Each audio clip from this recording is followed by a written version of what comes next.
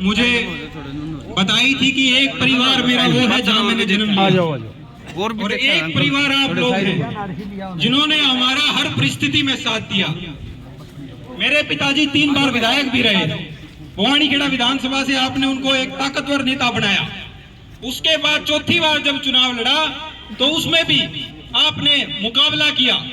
हाँ, कुछ कमियां रह गई थी, और जब 5वीं बार का चुनाव था तो 42,000 वोट लेकर के आपने अपनी ताकत दिखाने का काम किया।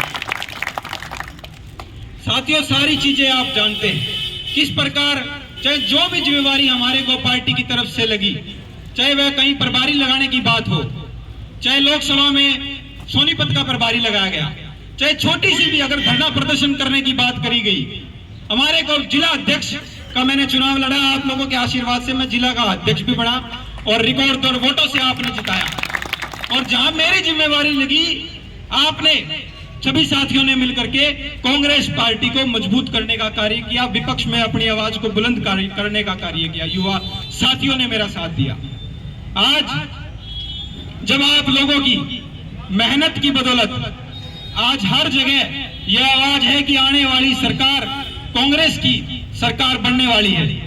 जैसा कि मेरे से पूर्व वक्ताओं ने भी कहा कि जो पिताजी हैं मेरे, उन्होंने अपनी सारी बात रखी, हाई कमान के सामने भी सारी बात रखी कि हम 3 बार से विधायक रहे हैं, लोगों की आवाज है, हम विधायक नहीं है, ये विधायक ये जनता है, इन्होंने बनाया है। अगर असली कोई ताकत है तो वो जनता है। तो हाई कमान ने भी, कांग्रेस पार्टी ने भी हमारी मजबूती को समझा और हमारा एक सिंगल नाम पार्टी ने देखा कि कांग्रेस पार्टी की तरफ से रामकिशन फौजी जी जो हैं वो चुनाव भी लड़ेंगे और आगे अच्छी जिम्मेवारी भी देंगे। तो जिस प्रकार से हमें अखबारों के माध्यम से जो अफवाह सुनने को मिली कि कोई बाहरी कैंडिडेट जब कांग्रेस की हवा है वो कोशिश कर रहा है कि भाई किसी भी विधानसभा से, एससी रिजर्व विधानसभा से मेरे को मौका मिल जाए और मैं चुनाव लड़ूं। मैं तो ये एक बात आप सभी साथियों से पूछना चाहता हूं कि आप और हमें क्या कोई बाहरी कैंडिडेट मंजूर है? अगर साथियों ऐसा नहीं है कि किसी का नाम अभी तय हुआ है, आपकी लड़ाई आपने लड़ी है तो आपका मजबूती से वहां नाम भी बोल रहा है। मेरा यही आग्रह है कि हम एक प्रस्ताव पास करें। आज हर अपनी विधानसभा से पूर्व सरपंच भी आए हैं, मौजूदा सरपंच भी आए हैं, जैसे नीटू भाई ने अपनी बात रखी, और 25 साल से हम अपने हलके में आपकी लड़ाई भी लड़ रहे हैं, जो जिम्मेवारी आप देते हो उसको भी निभा रहे हैं, और आप सभी साथियों ने मिलकर के उस जिम्मेवारी को भी निभाया है। लड़ाई भी लड़ी है कांग्रेस पार्टी की। आज हम सभी साथी एक प्रस्ताव पास करें।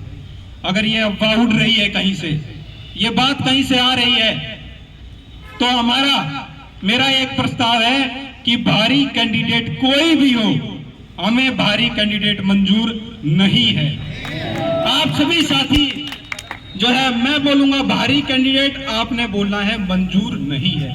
बाहरी कैंडिडेट मंजूर नहीं है, बाहरी कैंडिडेट मंजूर नहीं है। मुझे पूर्ण विश्वास है, पार्टी के नेतृत्व पे भरोसा है, हमने जो मेहनत की है उस मेहनत का फल हमें निश्चित तौर पे मिलेगा। चाहे वह अभी पिछली कुछ दिनों में भारत जोड़ो यात्रा जो हुई, उसमें भी हमारे साथियों ने पलवल तक भाग लिया। हरियाणा मांगे हिसाब यात्रा है, भवानीखेड़ा में जो हरियाणा मांगे हिसाब यात्रा है, उसने स्वर्ण अक्षरों में एक जो है रिकॉर्ड तोड़ भीड़ दर्ज करके यह दर्ज कर दिया है कि भवानीखेड़ा की जनता कांग्रेस पार्टी के साथ है और कांग्रेस पार्टी को मजबूत कर रही है। भवानीखेड़ा साथी कार्यकर्ता कांग्रेस पार्टी को मजबूत कर। तो जो भी दीपेंद्र हुड्डा जी ने और पार्टी की तरफ से जो हमारी जिम्मेवारी लगाई हमने निभाई, और आगे भी पार्टी को मजबूत करने का कार्य हम सभी साथी करेंगे। मुझे पूर्ण विश्वास है कि एक अच्छा निर्णय आपके हक में आएगा। और मेरा आप सभी से साथियों से, अब क्योंकि सारी बातें आप सभी जानते हैं, राजनीतिक तौर पे आप सभी हर एक चीज जानते हैं, भारतीय जनता पार्टी ने क्या किया, कुछ और पार्टियों ने क्या किया, और अब मेरा तो एक ही आग्रह है साथियों, अब जीत आपकी पक्की है और उस जीत की मोहर अगर आपने साथियों ने लगानी है तो हमें उस जीत पे मोहर दिल्ली जाकर के लगानी पड़ेगी। तो कल साथियों मेरे पिताजी का भी मन था कि आप सभी के साथ जो बीच में आए, वह दिल्ली में आपकी लड़ाई लड़ रहे हैं और उनका संदेश है कि आपकी जो लड़ाई है उसमें हमारी जीत होगी और निश्चित तौर पे रामकिशन फौजी जी आपके प्रत्याशी होंगे और कांग्रेस की सरकार बनेगी और उसमें आपकी भागीदारी होगी। तो जो